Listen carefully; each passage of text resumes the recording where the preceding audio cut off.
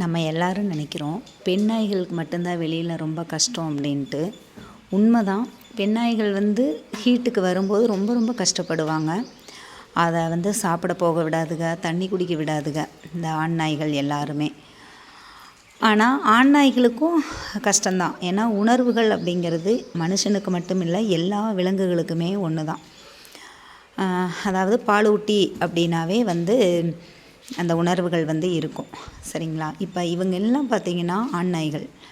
நம்ம கம்பெனியை சுற்றிக்கிட்டே இருக்கானுங்க, கிட்டத்தட்ட ஒரு 10 பேருக்கு பக்கம்.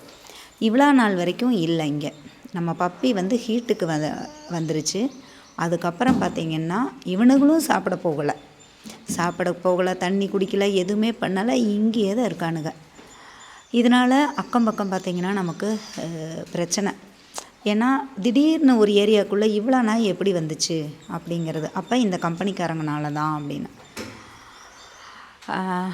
அதாவது நமக்கு கொஞ்சம் தெரியும், ஒரு பெண் நாயினா இப்படி தான் இருக்கும், இதுக்கு கண்டிப்பாக கருத்தடை பண்ணினா மற்ற நாய்கள் வராதுங்கிற விஷயம் நமக்கு தெரியும். அதனால் பரவாயில்ல. இது தெரியாதவங்க என்ன பண்ணுறாங்கன்னா அந்த பெண் நாய்களை கொண்டு போய் எங்கேயாவது விட்டுடுறாங்க. நிச்சயமாக பெண் நாய்களை தாராளமாக எடுத்து வளர்த்துங்க.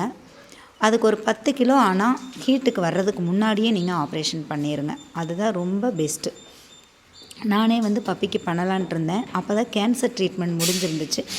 சரி, ஒரு மாதம் கழித்து பண்ணலான்ட்டு இருந்தேன். அதுக்குள்ளே ஹீட்டுக்கு வந்துருச்சுங்க. இப்போ கொண்டு போய் நம்ம ஷெல்டர் இடத்துல வச்சுருக்கேன். அங்கேயுமே அது இருக்க மாட்டேன்ருச்சுங்க. அதனால தான் நான் கம்பெனியிலே விட்டேன். ஏன்னா அது நல்லா ஃப்ரீயாக விளையாண்டுருந்தது. திடீர்னு ஒரு இடத்துல அடைக்கிறப்ப அது ரொம்ப கத்த ஆரம்பிச்சதுன்னு தான் நான் கம்பெனிக்கிட்டேயே விட்டுருந்தேன். இனி ஆப்ரேஷன்லாம் முடிச்சதுக்கப்புறம் கம்பெனிக்கிட்டேயே கொண்டு வந்து விட்டுருவேன். இப்போ பார்த்திங்கன்னா தெரியும், இது எல்லாமே சுற்றியில் இருக்கிற வீடுங்க. நம்ம நிறைய குடியிருப்புகளுக்கு மத்தியில் இருக்கும். அப்படிங்கிறப்ப கண்டிப்பாக இப்படியெல்லாம் இருந்ததுன்னா அக்கம் பக்கம் ஒரு நாய் 2 நாய் நம்ம வச்சுருப்போம் பார்த்திங்களா, அதுக்குமே ப்ராப்ளம் வந்துடும்.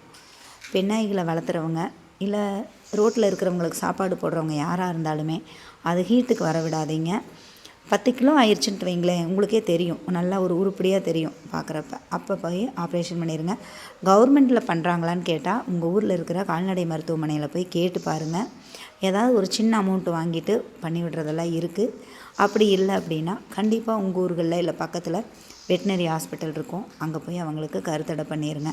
கருத்தடை பண்ணிவிட்டு முடிஞ்ச அளவுக்கு 10 நாள் நீங்கள் உங்கள் பராமரிப்பில் வச்சு பாருங்கள்.